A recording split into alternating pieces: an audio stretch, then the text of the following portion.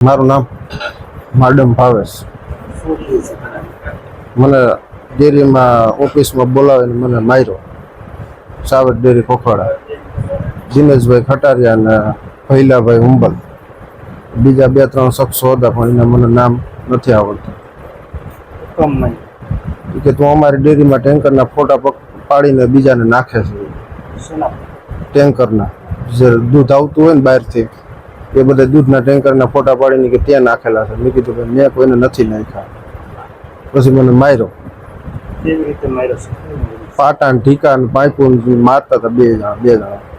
પછી શું થયું? મેં કીધું ભાઈ મને મારો માં તમે, મેં કઈ નથી કર્યું. છતાંય મને માર્યો એને.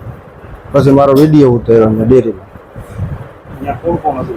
મારવામાં દિનેશભાઈ ચેરમેન અને ભૈલાભાઈ હુંબલ ગાદોઈના છે.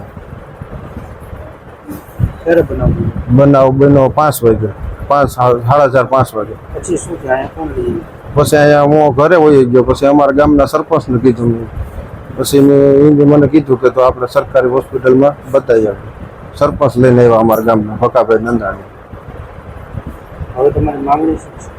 માંગણી કઈ નથી. આવી રીતે ડ્રાઈવર ઉપર હાથ ઉઠાવીને મારી લેવું કે સારું તો નથી ને. અમારે સાહેબ મારી પરિસ્થિતિ નબળી છે એટલે હું ટેન્કર હકાવું ને તો મારી ઉપર આવું કર્યું. મને માર્યો. સીસીટીવી કેમેરામાં કે તું જ આવે છે કે આ વિડીયા ત્યાં જ ફોટા ત્યાં જ મોકલ્યા. મેં મારો મોબાઈલ આખો એની ચેક કરી લીધો, બધી જોઈ લીધી. મારા મોબાઈલમાં કંઈ નહોતું.